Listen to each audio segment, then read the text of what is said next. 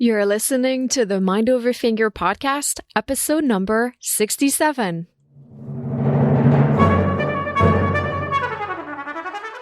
Welcome to the Mind Over Finger podcast, discussions on mindful music making, efficient practice, and building a purposeful career.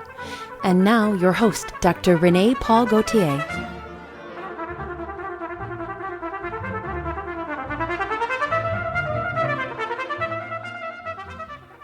Hi everyone, I hope you're doing well. Today on the show, I have a very special guest, violinist Lara St. Lara's been described as something of a phenomenon by the Strad magazine and as a high-powered soloist by the New York Times. She's performed throughout the world as soloist with orchestras such as the Cleveland, Philadelphia, San Francisco, Montreal, Queensland, Tokyo, Shanghai, and Kyoto Symphony Orchestras, the Zurich Chamber Orchestra, and the Royal, Strasbourg, Hong Kong, and China Philharmonic Orchestras. Recitals in major concert halls have included New York, Boston, San Francisco, Ravinia, Washington, D.C., Prague, Berlin, Toronto, Montreal, Bogota, Lima, and the Forbidden City. Lara also owns and runs her own label, Callaghan Records, and her recordings have been received with several awards and accolades throughout the years. In this episode, Lara discusses several aspects of practicing and performance preparation, including the importance of working on the fundamentals, fostering curiosity and creativity in our work, developing our listening skills, and practicing performing. Lara gives tons of great insight and information, so have a pen and paper ready to take some notes. Also, for those of you who told me you enjoy listening to the show with your children, I want to let you know that Lara and I approach some sensitive topics in our conversation. Let's go to the show.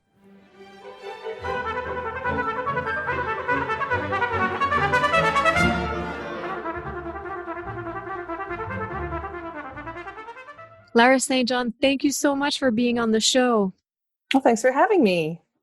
Lara, I'm so excited that you're here because I've known you, or I've known of you my whole life. I've known you personally for many years, but I feel like we met, I'd say 20 years ago. Does that sound about right? Yeah. In Montreal with Orchestre de la Francophonie, or is that must have been about 20 years ago. I think so, yes. Oh my God. And then again in Calgary, and we just keep running into each other. That's true. Yeah. And you're just someone that I've always been so impressed with because you have this creative fire in you. I mean, first of all, you're, as a violinist, someone who, to me, whenever I watch you play, you seem to have such effortlessness and just a complete mastery of the instrument, but you are never confined to the role of classical musician, and you have so much artistry. And every time I read something about an upcoming project that you have, I just feel like you're oozing creativity all the time. So I'm just so happy that we get to talk. So sweet. Yeah. Well, thank you. That's very. I'm blushing over here. And I'd love to start with maybe hearing your story in your own words for the listeners who are not familiar with you. There's many instrumentalists who are not, in the string world.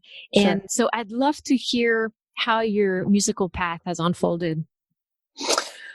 Well, I mean, to be fair, I've had one of the strangest careers I know of in the music world.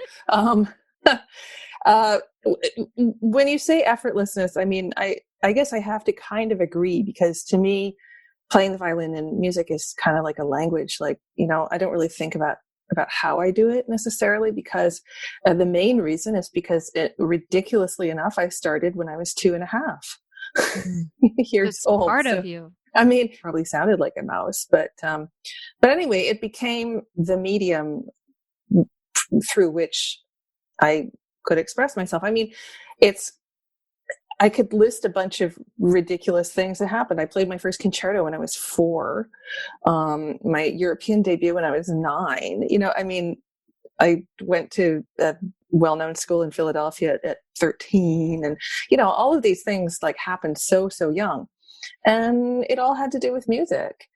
And so I think I'm not sure, because I know a lot of people who are they're incredibly natural musicians, and they started when they were 7, 8, 9, and you just never know how it works. But I think for me, and also for my brother, that young, incredibly, like, I think we could even say ridiculously young time of starting has been in certain ways an advantage to just being able to sort of take time off, pick it back up. I mean, there's no sort of daily routine that's needed somehow, which is actually kind of really nice, because I can go and do other things for weeks at a time and not have to worry about it. But yeah, like I was saying, I mean, again, very, very strange career, I suppose. Just having done all these things so young, and then at 17, I took off and I went to the Soviet Union for a year. So basically kind of left behind everything in the States and Canada. And then I wasn't ready to come back yet. So I spent a couple of years in England, and then ended up in New York City. And here I am, still here, but, with every year, more and more Canadian, as I'm sure you can imagine why. Mm. Oh, yes. I love what you're saying about how you learned to speak violin, because it's really kind of assimilating those skills from such a young age. The way you describe it is really great. Yeah, I mean, it's like, for example, I think that's why I certainly can't teach beginners, and I'm not very good at teaching unadvanced students, I guess one might say. I mean, one thing I am really good at doing is putting finishing touches on, like, almost ready for performance stuff, because I've done it so many times, and also instilling confidence, I think. Mm-hmm. But the reason I can't teach less advanced folks is I have no idea why they can't do stuff. I'm just kind of like, I don't know why you can't do this. And that's not really very encouraging. Mm-hmm. And it's because, if you've ever, you're bilingual, I'm bilingual. And when you're learning another language, other people speak it without even thinking about how they're putting a sentence together or whatever. Mm-hmm. But for you have to think, like, imagine, I really, really suck at German, but just the whole idea of having to know that this goes at the end and this goes here. And here we are, like, constructing it sort of like a building blocks in our mind. And of course, people that grew up speaking it are just saying it. So it's kind of the same idea somehow with music and with various aspects of the technique of violin playing. I don't know. I just do it. Mm. I think it's a great analogy what you brought up with the languages, because it's so true that we all often describe this state of flow as when you're not really thinking about things as they're happening. Mm-hmm. And it's exactly the same thing. I can feel if I'm thinking in French too much, speaking mm-hmm. English becomes difficult. Yeah, I love that analogy. I'd love to be able to really kind of experience what happens in your head, because one of the things I also love about you is when you post videos of all of your different cadenzas that you do in the different contexts. I think it's so brilliant. Can you talk to us a little bit about well, first of all, I'd love to hear a little bit about how you practice, your practice process. I'm very curious about that. Well, I think there was a time where I used to practice. I really put in the hours at one point, and that was basically from my mid-teens to my mid-20s. And I was very, very conscientious and added a lot of repertoire and did a lot of, the drill. Scales and arpeggios and shifts and dooness, and I don't want to get too violin happy here for other instrumentalists, but you guys know what I'm talking about. But for me, it just seems like there is so much to be said for quality over quantity. Mm. When I have taught people occasionally, I have these parents coming up to me, like, boasting that their kid practices 8 hours a day, and I just look at them like they're completely mad. Like, that's not good for anyone. That's not good for it's art, for God's sakes. Your kid has to go out and learn about life as well as not injure themselves. I mean, 8 hours a day is way too much for absolutely anything, any of the time. I tend to be kind of a 3 hour a day kind of person. I mean, not anymore, but that's like the ideal, I think, that, that, you sort of spend some time on bass stuff, some scales, arpeggios and stuff, and then applied technique, and then performing. And one thing people often forget is they don't practice performing. And that is one great big tip of mine. It's like, I've seen a lot of people just sort of expect that they're going to walk out on stage and be able to do it without having done it before. And that's kind of my mantra, is when I walk out on stage, I always think, well, I've done it before, I can do it again. And if you haven't done it before, I mean, I would be, like a quivering mass of jello if I hadn't performed something before going on stage, at least for myself or for my iguana, or for, people can do it for their grandparents, or just even for a tape. But you have to make sure that you know how it feels in actual performance, and not just like practicing it. And I actually also encourage people to, if you're learning a piece, just take 2 lines or a page or something and perform that part from beginning to end, without stopping, without going back and fixing stuff. Just get through it. If you can't do it, slow it down. Slow performance practice is also very valid, I think.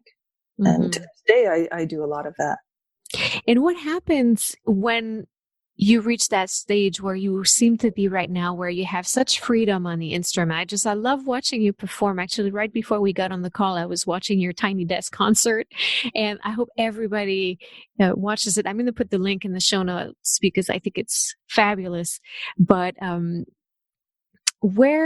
where does all of this come from? All of these ideas? And I don't think my question is very articulated, but I think you understand what I'm trying to say. It's just this freedom to come up with cadenzas like this. And I'm just curious about that process as well.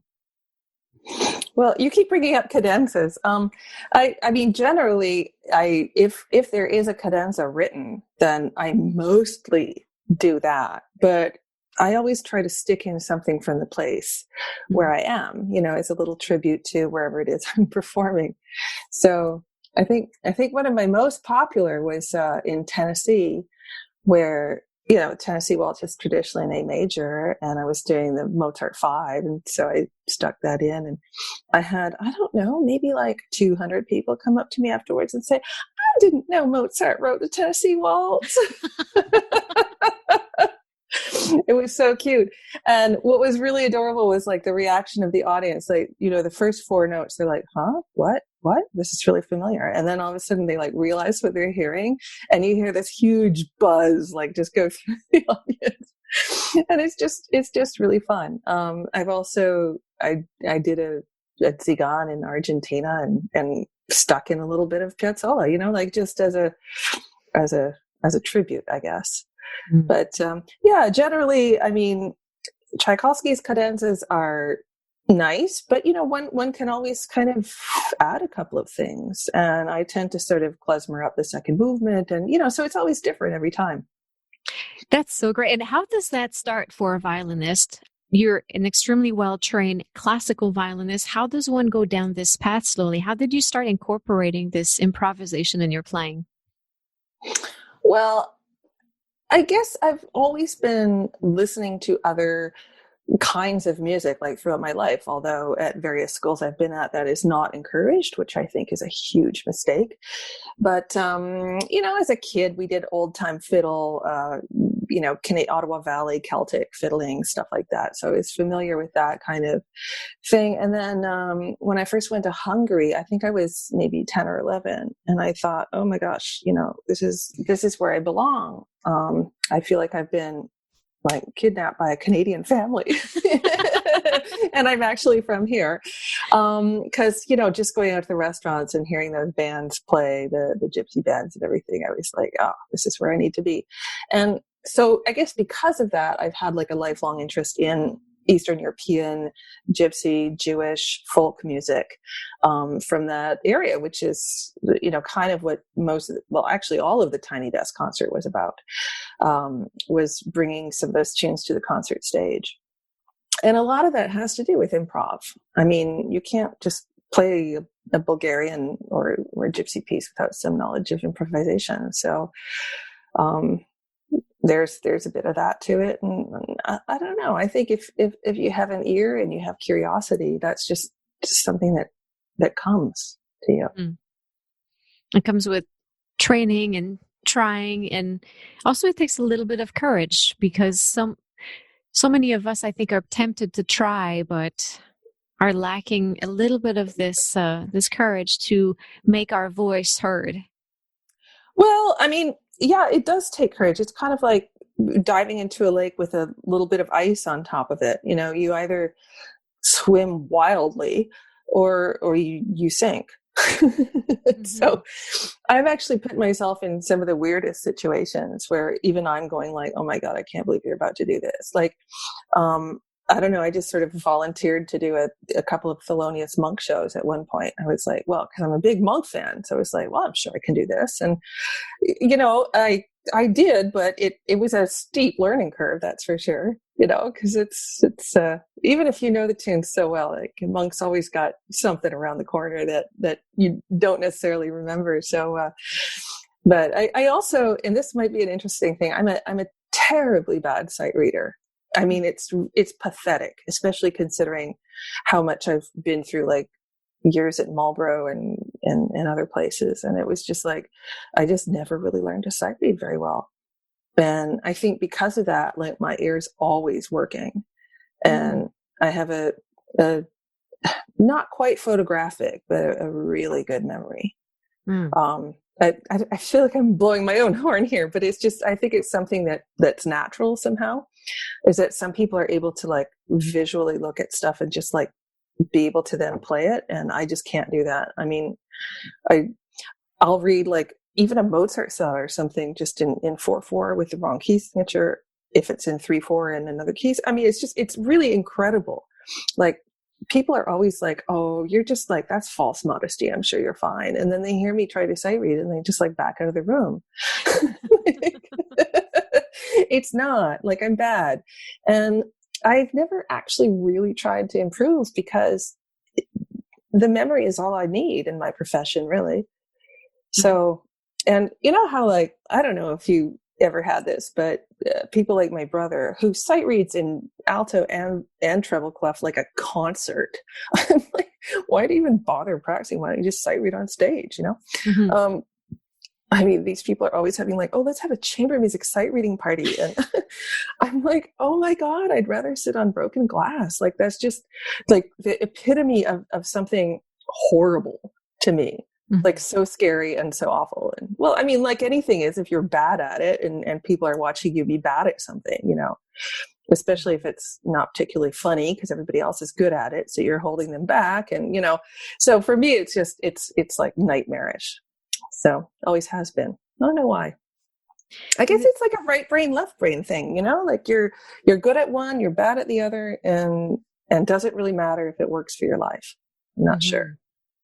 But it's great what you're saying about how your ear is always working. And do you think this might have something to do with why you're so versatile and so able to adopt different styles? Well, I guess so. And also I think it's just plain old curiosity. I'm always eager to hear new things. I mean, I remember 10 years ago, somebody did a concert in Lafayette, Louisiana, and, went to hear an Acadian band, and we're still sort of friends to this day. And I went to their gig, they came to my gig, and I learned a couple tunes, and, it's something that's familiar kind of because of Quebec, but it's at the same time, it's different. And to me, it was fascinating. And I once went to the south side of Chicago when there were still like great blues bars there, just to hear this incredible music in the place where it began, and stuff like that. I'm always trying to find. I was recently in Sweden. I was like, where can I hear some Swedish fiddle music? Because there's some really great Swedish fiddle music, and actually, they all looked at me like I was crazy. It's like not something that they do on a Friday night, but but anyway, no, it's just, I don't know. I'm just really interested in stuff like that. And of course, for my instrument, it's crazy how much stuff is actually made for it. And those the sort of tunes that tend to be violinistic also tend to be from people who had to be peripatetic, because you can't carry around a grand piano, but you can carry around a violin. Mm-hmm. So, like the acadiens and stuff, like they actually accompanied themselves with their feet. Because there wasn't anything else. So you had to have a drum beat. Jewish folks in Europe and Roma, gypsy people, they had to be able to just pick up and leave very quickly. And so the violin became a huge part of their culture. Mm-hmm. And we have that massive tradition behind us. And so for me, it's very interesting. But also so is songs. So are songs, rather, because we're only a imitation of the human voice, really. So to me, like listening to some of these great, soul singers, gypsy singers, just any kind of a non-classically trained singer, but somebody who does it because of the tradition that they come from. I mean, just listening to vibrato and how they go from note to note, and sort of imitating that. I mean, to me, that's like a really fun and very educating pastime. Is listening to vibrato of singers. I know I'm a nerd. I sound like a nerd. I am a nerd. Well, no, I think it makes sense. And you are using two of my favorite words, which are curiosity and being interested. And I think that those are traits that definitely help deepening an artist's approach to their instrument, but also to music in general. Well, and also just, even if you think about it today, like, well, there's so many different categories now, but let's just call it pop music for now. Even that, like the incredible variation in just a snare sound is, and the way people will kind of fine tune that to the nth degree. For me, that's just, I know a couple of sound engineers, and I just love being a backseat driver and watching what they do. Lara, I'm going to do a pivot back to kind of a more practice-oriented question. Because there's... Sorry, I got a little off the subject. I'm sorry. No, totally. I love the direction we're going to, but there was something I got really curious from what you were saying when we were talking about practicing and sight reading, and we've just been talking a little bit about fiddle and music from the diaspora and all that stuff. But you are a classical soloist who travels the world and plays as a soloist with orchestras across all the continents. And I'm just curious about this process from picking up the score of a new concerto, because I know that you perform also some contemporary concertos in addition to the standard repertoire. And we talked earlier about practicing performance. So I was curious about that process from picking up the score for the first time to performing it on stage, what that looks like a little bit for you, because that's a question I get a lot from listeners is, how do soloists prepare for performances? Well, I'm not sure how soloists do. I only know what I do, which is probably different from, I don't know, somebody like James Ennis, who probably sits down and like reads on the piano like the entire orchestral score. But I don't do that. For me, it's really important to have a piano reduction, because that's how I learn what's behind it, because as I mentioned before, I can't read. Not can't, but I can't. I mean, can you look at an orchestral score and know in your head how that sounds? I just can't do that. No.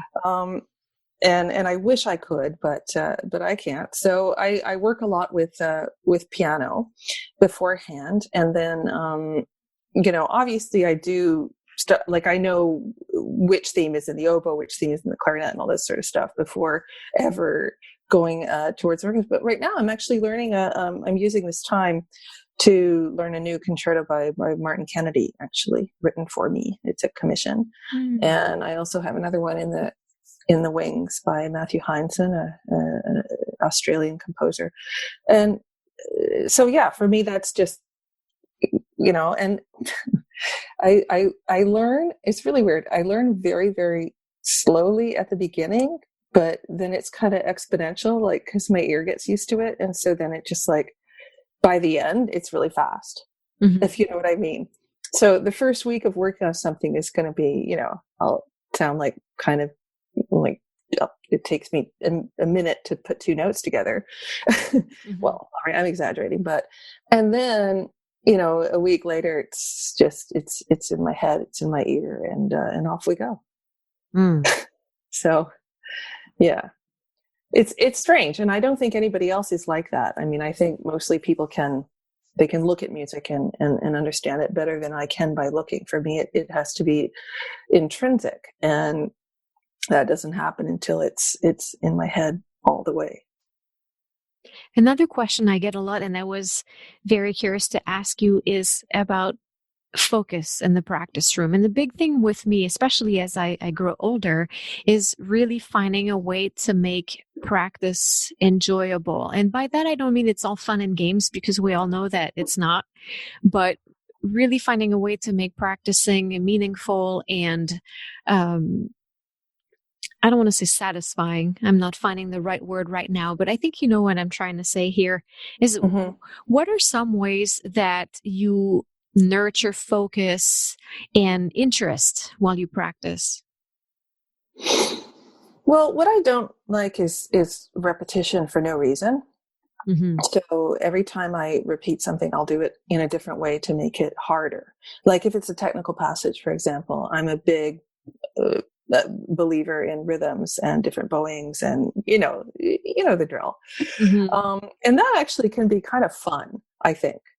At least, like I said before, I'm a nerd, but I find it kind of fun to sort of like solve a problem and then figure out how to make your fingers go like 200 times faster than anyone should.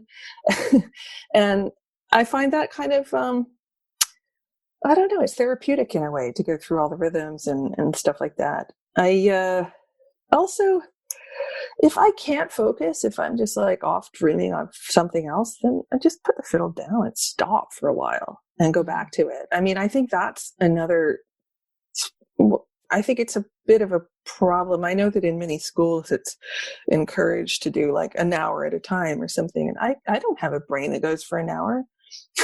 I mean, maybe 25 minutes maximum, put the thing down, take a break, go eat a cucumber and then come back, just anything, stretch your legs, go look out the window, clear your head, I think. And my biggest one actually is, I think people often don't practice how to be relaxed. And at least for me, and again, I know this isn't the same for other people, but if I'm not relaxed, I can't play. So I have to be completely relaxed all the time. And if I start tightening up in a performance, then, everything just goes wrong. So a long time ago, I realized, like I said before, you have to practice performing, but you also have to practice performing relaxedly. Like you can't just tighten up, or else you're going to do that on stage and everything's going to go wrong. So, and sometimes I see students in master classes and they're just, I'm a big sweetie. I'm hardly one of these, overbearing 6'9" Russian teachers or something, and yet I still see them as these little pretzels. Like they're so tense and they're shaking, and I mean, I feel so terrible for those people. I mean, that can't be fun at all. That's like totally not enjoyable. But it's so true what you're saying. We so rarely practice being relaxed while practicing. I mean, I can see it in everybody. It's so much harder than it sounds. Like, okay, I just made this shift, but okay, can you do it like shoulders down, slouch if you have to? Can you do it that way? And once you can, then I think it's like, then you're good to go. And then put two more measures with it, and then put a line, and then put a page, and just make sure you're never tight.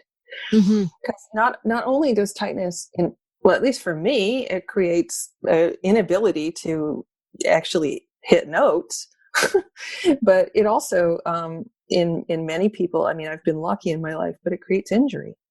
Yes. Yeah. I mean, we do so much repetitive motion that how could it not, unless you're really relaxed. And that's something I've been thinking a lot more recently, especially the more I teach the many realizations I come to, right? Mm-hmm. It's, I think Perlman said, the more you teach, the more you learn. And I definitely find that to be true for myself. But I feel that sometimes, right? I've been a student myself. I've been there. We wait for the answers. We want to do what someone else tells us to do. And we skip the part where we explore and we figure things out. And playing relaxed, you can't do it the way someone else tells you. You have to explore, you have to search and experiment. And it really is labor of love and patience. And it's just not everybody puts in the time to do that. Well, I do. I mean, I don't teach like you do, obviously, but I do a lot of master classes. And my sort of most hated thing is when I ask somebody why they're doing something and they're like, well, my teacher told me to. And then I say, what do you think about that? And there's silence. And obviously, you know, I don't want to say bad things about teachers, obviously. But the encouragement for musicians to think for themselves is not all that I would like it to be. Let's put it that way. Mm-hmm. And so, I mean, I encourage people to in master classes to follow what they think. And, you know, the idea that there is no wrong idea. The only wrong idea is no idea. Mm. Yeah. So, but, you know, it's easier to just do what someone tells you. I guess that's why, you know, you fall into this little kind of ditch and you just keep on going along it because, you know, it's just easy. Someone says, oh, do this, do that. Here are all my dynamics and all my fingerings. And then, you know, you never get a chance to really spread your wings. Yeah. I mean, it's easier at first and then all the challenges come. Like I always say, we think we're taking a shortcut, but all shortcuts, at least in music making, I find, you know, you end up in a dead end. The best teacher teaches you how to teach yourself, I think. Yeah. Which is, I'm not saying I'm at all a good teacher, but at least I hope in master classes I get people to start thinking, you know, about what they really want to do with this phrase or this bit or why they're having trouble with this one. And, you know, like just sit down and think about it. Yeah. Yeah. Yeah. That's a very powerful concept and definitely something I wish I agree with what you were saying, that it really needs to be more widespread. Ideally. Yeah. Be great. Lara, we're in the middle of the social distancing measures. So how about a round of rapid fire questions to stay entertained? Okay. For a career that resemble yours, can you tell us a little bit about what your life looks like in normal times? Okay, well, normal times, basically until a couple of weeks ago with social distancing, I used to spend, I would say about half the time traveling.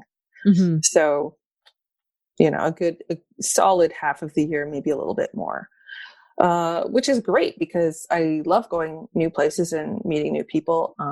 But the travel itself is, of course, as everyone knows, not a whole lot of fun. But the being there is great. The getting there is kind of crap. What's a habit that you have that you think has contributed to your success? I don't know. I don't think I really have any good habits.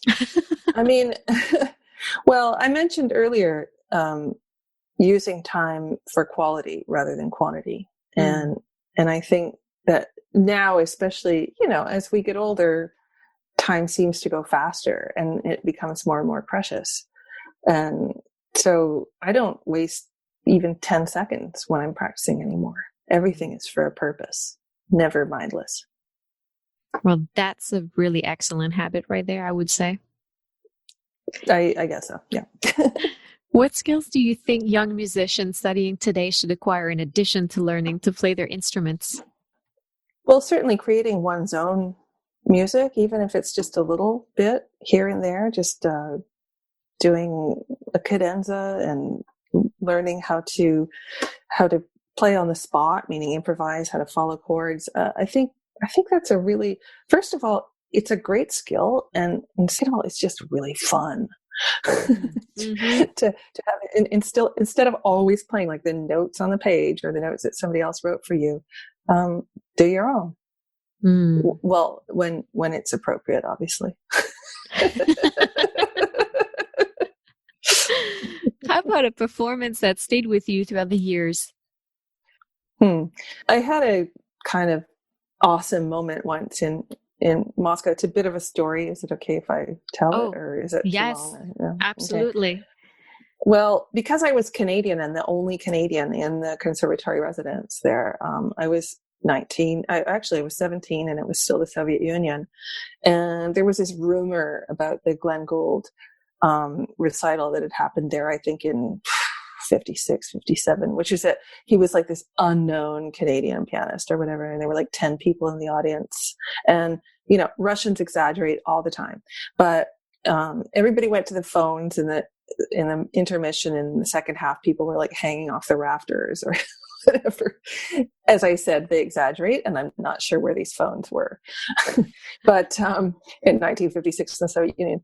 But we had always heard about this recital, like, Glenn Gould live in Moscow, and that there was some bootleg recording of it somewhere. And at one point, somebody found it. And I don't know how, it was like on some old battered cassette tape, and I had a player, and there we were in like 1988, like sitting in a room, like 8 of us, like crowded around an old battered tape player.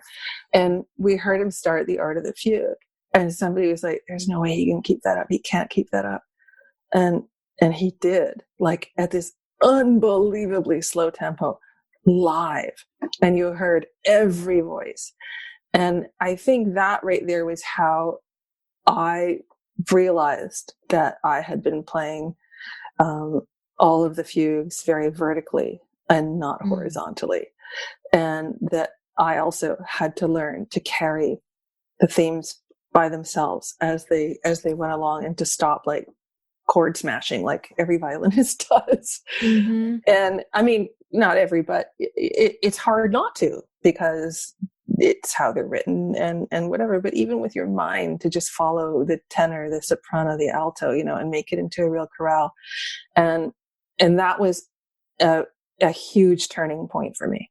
Glenn Gould live from Moscow, or Concert de Moscou. I think it was like some sort of weird French bootleg. But his opening Art of the Fugue was, it's seared into my mind. It's so fantastic.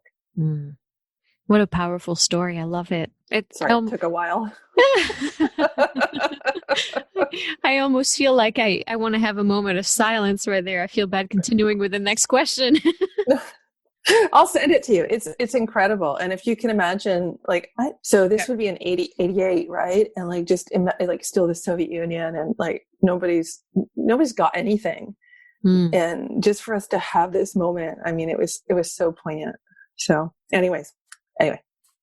Now for a more down to earth experience. Yeah. Mm-hmm. Do you have a favorite tool in the practice room? I don't even have a practice room. I don't even have a music. I mean, I don't think I have a tool. No tool. It's just me, the fiddle, and the bow, and like that's it.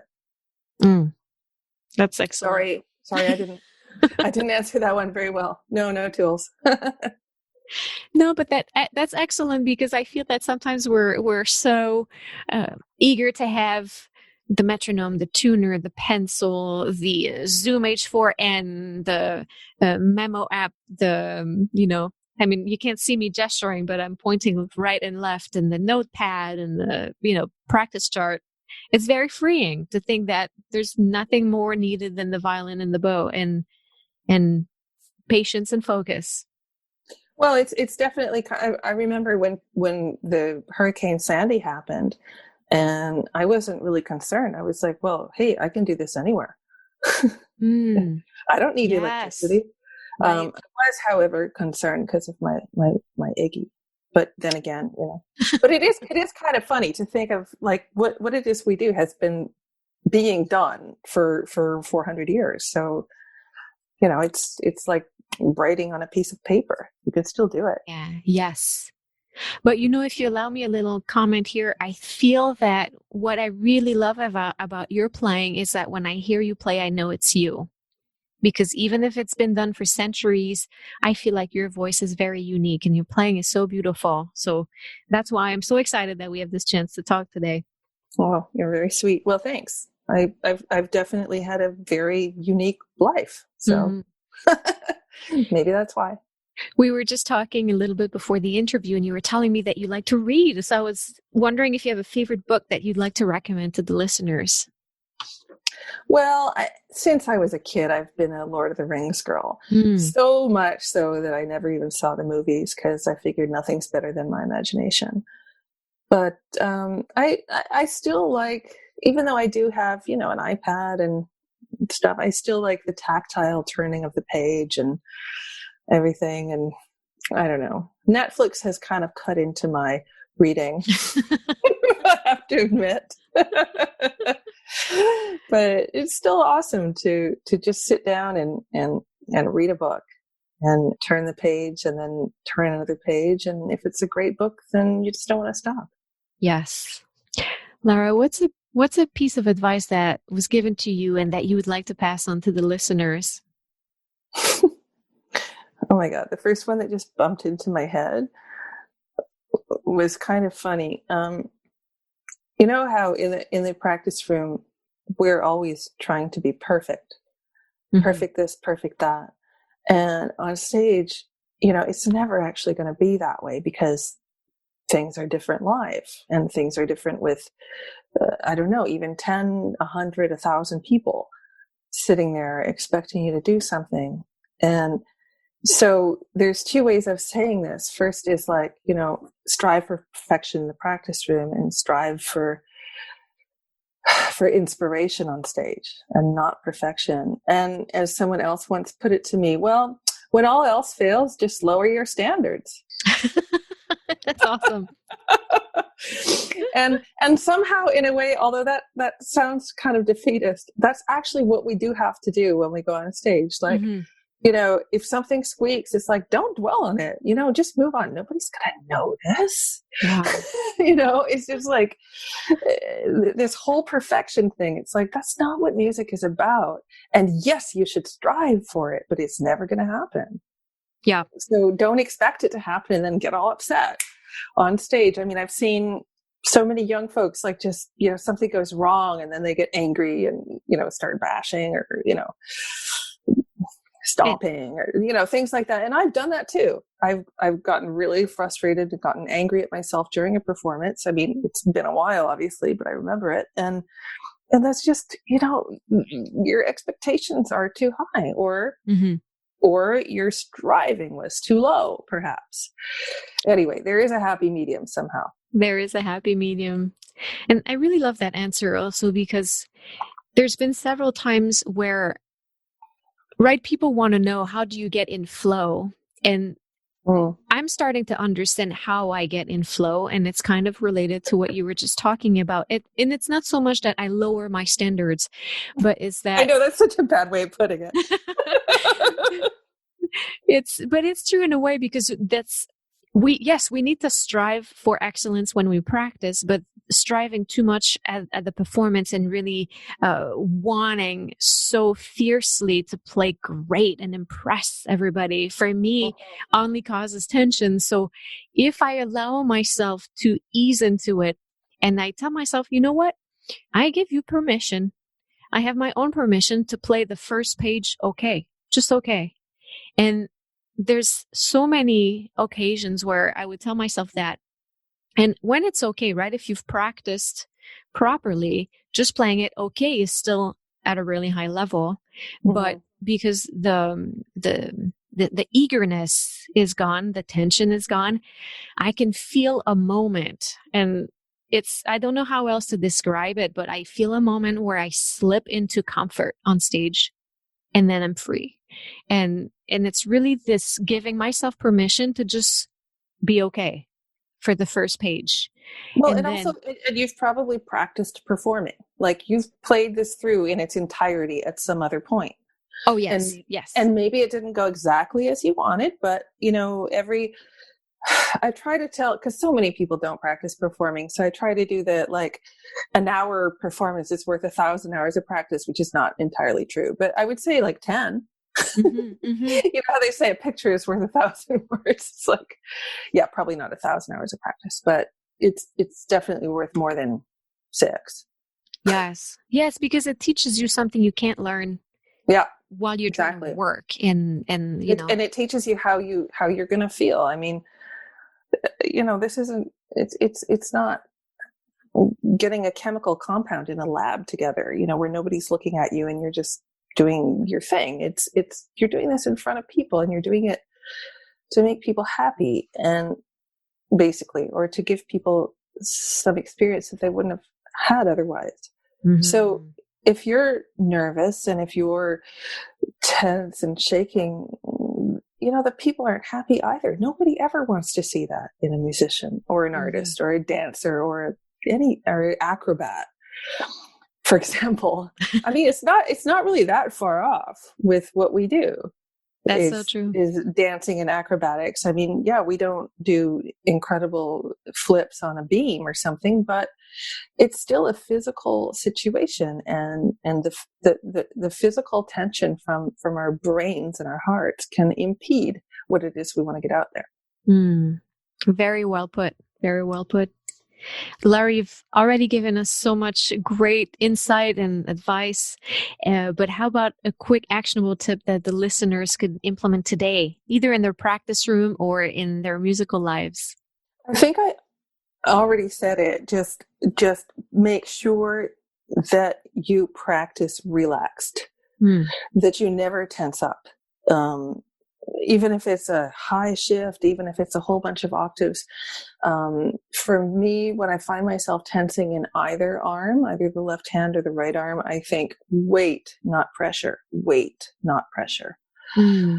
I didn't have to say that twice, but generally when I see myself doing it, I have to say it at least 5 times to myself. So, and if you know what I mean, it's like instead of pushing the bow through the first finger, just allow that arm to give its own natural weight. And, you know, the same thing with, I've seen people do like octaves. I know I'm being very shop talky here, but do 1/4 octaves and their hands look like little, like frightened spiders.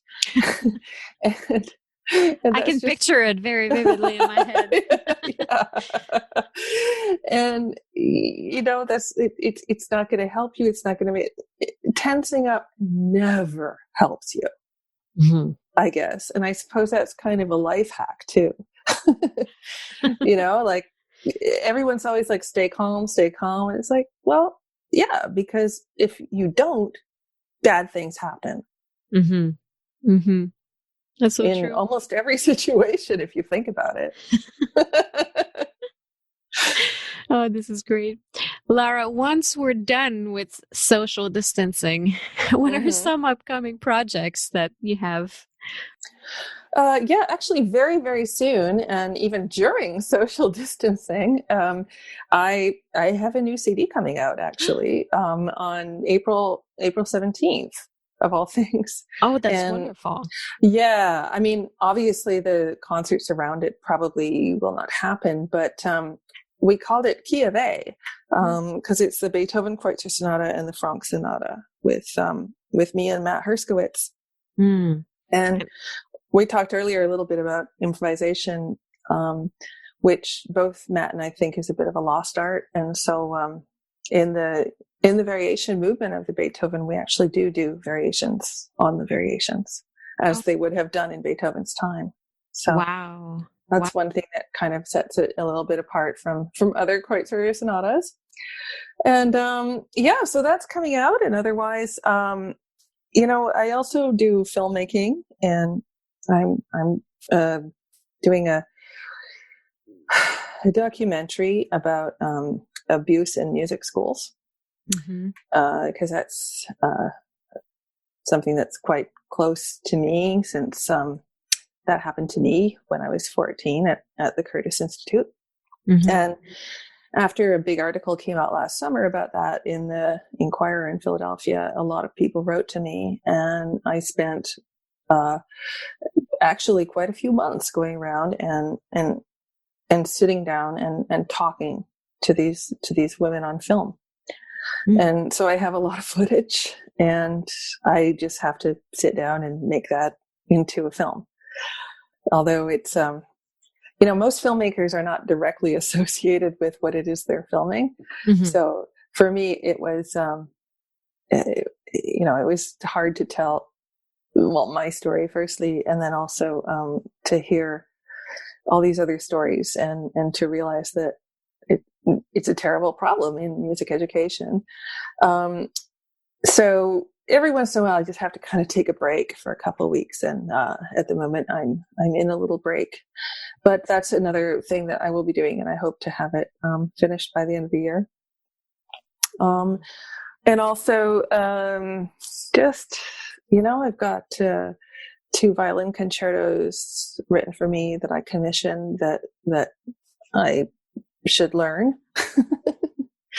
And also, I mean, it's really hard to plan right now because we don't know when this may or may not be over.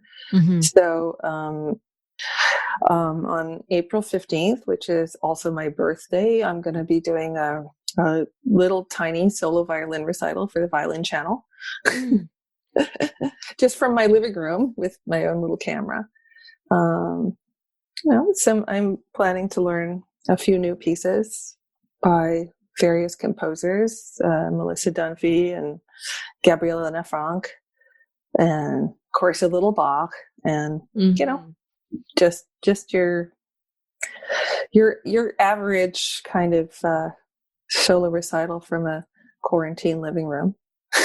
That sounds yes. There is such a thing. I'm going to put the links in the show notes for all of this. And I mean, I think a CD, first of all, is a perfect, quarantine tool. Every house in America should have that CD, I believe. Oh, and well, that's sweet. Yeah, I'll give you all those links, obviously. But we'll be tuning in for the concert for sure. And also, please let us know about the documentary, because I feel like the door is opening for everyone's story to come out, and I think that people need to come forward with their stories. You're correct. I mean, we live in an industry where there's a lot of one-on-one interactions. There are some very strong bonds being formed between pupils and teachers. And, I think it's a very important story. And I really admire your courage in coming forward and sharing it with the world and really helping advance the cause of women who are suffering everywhere. Well, hopefully. I basically ran home from Brussels when I heard that the States was closing to Europe. I was actually there working on all of this. So there's some things that I still have to achieve somehow. I'm not sure quite how, but people I still need to talk to. But I have the gist of the whole thing, and yeah, it's endemic and it's worldwide, and it's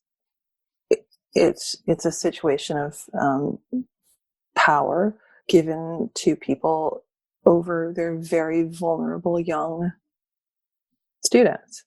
Mm-hmm. And sometimes it's done by brainwashing. Sometimes, for me, it was under threat. The threat that I and my brother would get kicked out of Curtis. So I didn't at the time see any way out of having to do what this guy wanted me to do. He was my major teacher. And when I went to the dean, finally with 2 friends, the dean laughed at me and said, "Well, what do you expect me to do?" Mm-hmm. Like, who's anyone going to believe? Like some kid or some teacher that's been here for decades? Mm-hmm. So that was the attitude back then. And I find it to still be the attitude today in a lot of places. And I'd like to change that. Yes. And I think that the more people really have the courage to come forward the way that you did, the more the conversation is kept open, and I'm hoping that it gives courage to other people to come forward. And Well, I hope it's I a hope so difficult too. thing to share, but at the same time, it really, like you were saying, you don't know what to do. And when the conversation exists out there, young women to whom it's happening now are aware that they're not alone and there are solutions. Well, hopefully. I mean, and as anyone who's followed the whole thing could tell, even though I had a lot in place when I spoke to the Inquirer, it's not easy. I mean, even for somebody like me who basically, I guess I just kind of had to know that even if I never play another concert, I'll be okay. And so many people don't know that because they're younger, because they're, they haven't had a career for 40 years and they're just depending on various people in power to be able to help them. And those people take advantage of it and then they don't know what to do. It's everywhere though. I mean, it's at Fox News, it's in Wall Street, it's everywhere. But the problem is, in classical music, it tends to be much younger girls. I was 14 when I was raped. And it doesn't make it better if you're older, but somehow it does make it worse if it's younger. And I feel like it might be actually encouraging people who are naturally predatory into that business. So you see why people don't necessarily come forward, because nothing's going to happen. That's what they feel like. And that's kind of what it looks like sometimes, Anyway, that's just all this stuff is so heavy that I hope it'll be somewhere done by the end of the year, but it takes a lot out of me to do this stuff. And I know very well that if I go under, then I'm not going to help any of these girls. So, it's like the airplane theory, like put your mask on before putting on your child's mask. Because if you're dead, then you'll both be dead. So thank you so much for sharing this. We're definitely going to be on the lookout for this when it comes out. And once again, I have to say that I really admire your strength of character in forward with your story. Well, yeah, let's hope it does something. Laras, thank you so much again for being with me today. And I can't wait till the next time we hang out in person.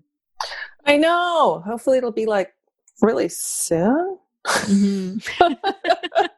But